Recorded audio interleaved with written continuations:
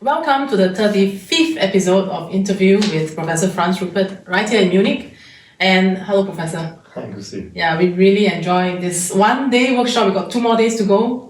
Thank you for sharing your life with us. Yeah, and today's topic is a little bit quite serious, and it's about trauma and how it affects the grief, for a loved one who has passed on. I have quite a few members in my community who has lost their parents. So, from your understanding, what is the meaning of healthy grieving? This questions meet me in an actual situation of mine. Because 2 weeks ago, my mother passed by. Okay. She was 87 years old, and she was before home and hospital, and again home and hospital, it's for 3 weeks ago she went again in the hospital, and we expected it somehow. Yeah. Okay. I expected my sibling also expected it could be that she doesn't come home again, and so it happened. And she died in this hospital, and when I heard or I read in WhatsApp my sister wrote me a message that now mother has died during the night, and I was sitting in a train to go to a city in Germany, and for the first moment, I was just letting sink the information in, and said, I expected, just waited what will come, what will come. Then I got a telephone call from my wife, and I told her, my mother has died, and then she said, what a pity for you. And so, in this moment, I could open up. I could open up, and I could cry. I could express my grief, and so of course I was sitting in a train. Beside them, for me, there was a man working on his computer. Sitting on the train. And I think, what to do? I don't care. Just let it happen. I let it happen. I cried. I bent my head aside to the window. And there was also a coat of mine, and there a little bit. Just find some comfort. Have some privacy, have some comfort. And my wife was also on the phone. And she was there. And this helped me also that I'm knowing that there's another person. That's good, who shares the moment with you. This shares the moment with me. The moment, it was very helpful. So I could let it happen, and I grieved, and I didn't even think much about it. Why do I cry now? What is the reason for that? And I just did it for 1 hour, 1.5 hours. And after that, I felt good. The next week, it was 10 days later, there was a funeral. 10 days later. So it's a funeral, and I went there together with my wife also. And again, there was the coffin, and there was the cemetery. And there was the situation when the coffin is lowered into the ground grave, and I said the best thing what you can do is let your pain show up, and let the grief be there as it wants, and don't feel ashamed when others are there, or don't blame yourself that you cry, but just let it happen. And this was again 1 hour, 1.5 hour, and it was for me. That's really long. Really good. And I was in the end. I was a little bit happy when it happened. After the crying, or that the crying happened. I really was in a way. I also was looking for the opportunity that this can be there. And I was even angry when during the ceremony there was something that prevented me or prevents you from showing your emotions. That there's too much spiritual things around. What kind of the Catholic or Catholic Church? And so I was a little bit angry also when I saw that maybe my surrounding there was more doing to suppress the feeling. Yes, I understand. And this also helped me to getting access to some anger. There's also something that is, of course, in the mother-child relationship, there's always anger involved. Right, understand. It's good that also the anger shows. But in the end, I didn't much reflect on it. Why did I cry? What is it good for? I just did it, and this helped me a lot. So that now 2 weeks later, I feel very good. I feel very good in my body. I feel more grounded in my body. All right. And I also feel that's done somehow. Yeah. I don't, like it's finished. I do not dream about my mother. Okay. Or I do not have many thoughts about her now. But for me, it's somehow it's over in a way. Yeah. I understand. Yeah. And if there could be a situation where again some grief or pain or anger will show up, you just let it just happen. allow it. Okay. Allow it. Yeah. And then I think this my personal experience is that it's very healing. It's very healing. Okay. To take this if your parents die. Right. Maybe as a last opportunity to show your emotions. But I just want to clarify when you say allow the pain and emotion. So is it the pain of the suffering you went through, or the pain of losing your mom or losing that parent? I don't really know what it also meant. But of course it has to do with this is my mother, and I want a mother, and I love my mother, and as a child you love your mother and you want your mother, and the other side what your mother did to you, of not being seen, not being really loving, cared for, or so a lot of things that traumatized me in my relationship with my mother. So you also went through that pain? I didn't in this situation.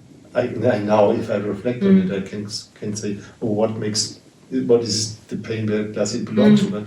But in this situation, I didn't care so much about it. I just said, allow the emotions to come. There is pain, and this pain blocked me here. And after letting go this pain and letting show up this pain, it felt warm here. It felt more open. It felt more warm here. Yes. And this is what I wanted. Okay. Contact with yourself. I wanted more contact with myself, and that there is suppressed pain, there is suppressed emotion. Always means that you're distracted from disconnected from your body. And so this is for me a good sign that does this when I grieve reconnect with my body, and then this is a good grief. Yeah? If you would cry and this in the end you are more dissociated, you're more away from your body, distracted, or then this is maybe coming out of survival stage. If it comes from a healthy part of your psyche, then you can feel it that you're more rooted and grounded in your body again. Okay, that's interesting. It's also an unhealthy way of crying and mourning.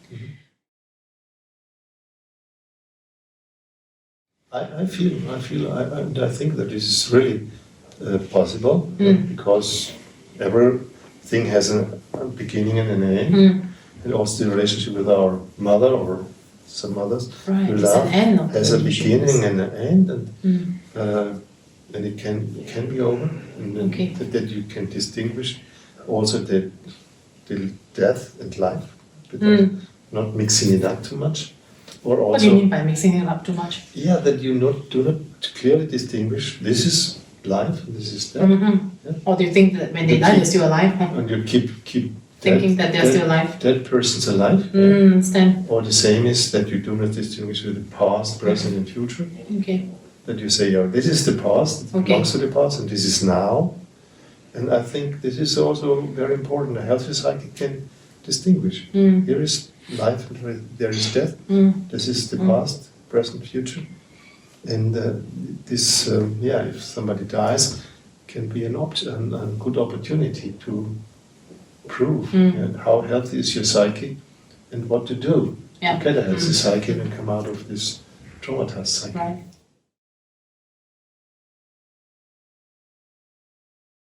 Yeah, so of course, even if your parents were perpetrators, there are parts of you, they love them.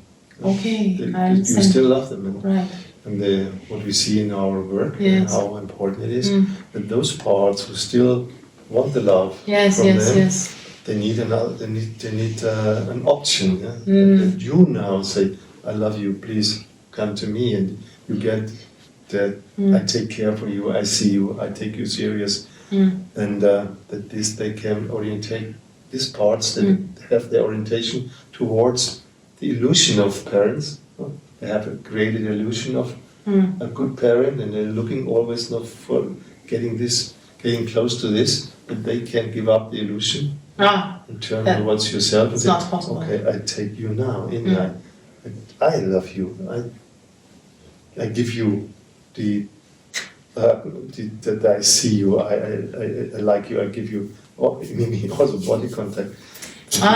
Can get you are talking about if they are dead already or they are dying?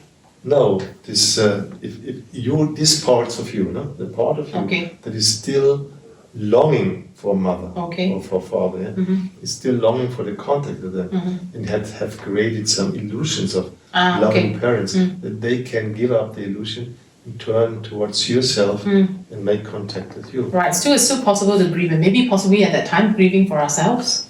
Of course, to grieve about that you have suffered so long. Maybe your whole life was under the precondition of suffering. Yes.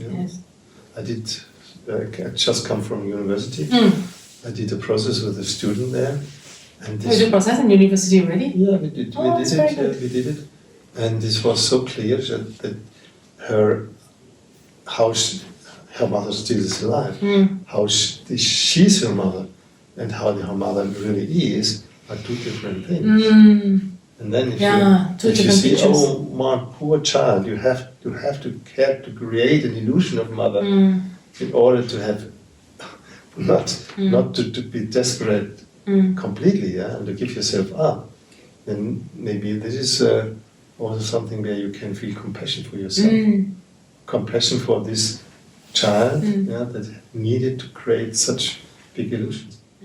So how can a client react when the parent has passed on and the parent keep appearing in the process as a perpetrator? It's not easy, isn't it? Like how should the attitude of the client be towards this?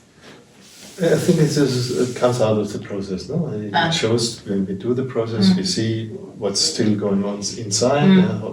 Maybe you have created some illusions of the parents, and the other time you have the reality. And this is one of the reasons why I now, meanwhile, very often I say, you have your intention of the different parts of your there's a change. Include your mother or include your father.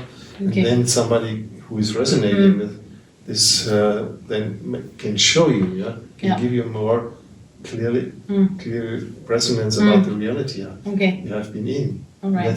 This shows how it's very helpful to become more realistic about the parents again. Is it possible to have the thought that we can have a proper closure when they are dying? They're not dead yet, but during the dying process.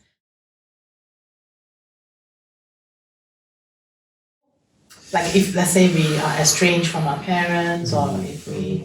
Yeah, many people hope that. Is it possible? Many people hope that. Okay. Many people maybe also believe it, Okay. And they have done some process with the parents, and then now they have a proper closure of this. Like, for example, one of my sisters, she did, but I don't believe it. And I see also in this work we are doing that even people we're together for a week or so when in the dying process of their mother, it doesn't really solve their problem. Because the pain is still there. The pain is still there, and the anger is still there, and that you can't bypass it by now I have said in a good way goodbye, and maybe my mother hold my hand the last 5 minutes. It doesn't really help. It could just be another illusion to think that it's done. It's again another way of creating some spiritual. My experience is that people they go in the realm of spirituality, reconciliation, and forgiveness, and all those sorts of things. It doesn't really bring them out of their splits, because there are emotional problems, and if you do not solve your emotional problems, they are not solved. You can't solve emotional problems on a spiritual level. Right. This is very, very, very important. What many people believe. Go to the spiritual level, and now especially the Chinese. It's done. Many spiritual and it's rituals. not with a spiritual ritual, it's not done. Right. The emotional problem that is Still beyond exists. that, it still exists. It's really not easy. I know. Okay, so it's not an easy topic. I mean, we talk about grief and losing our loved ones. Well, I think with the understanding of trauma and how we can continuously heal ourselves, I think that is our best route to go. So thank you for tuning in. And if you like this video, or if you know of somebody who has lost someone, please share this video, and also like my YouTube channel. And and continue to tune in for more videos. And if you're interested in the method, please feel free to write to me and email me below and the details. And we'd love to hear from you. So thank you. Goodbye.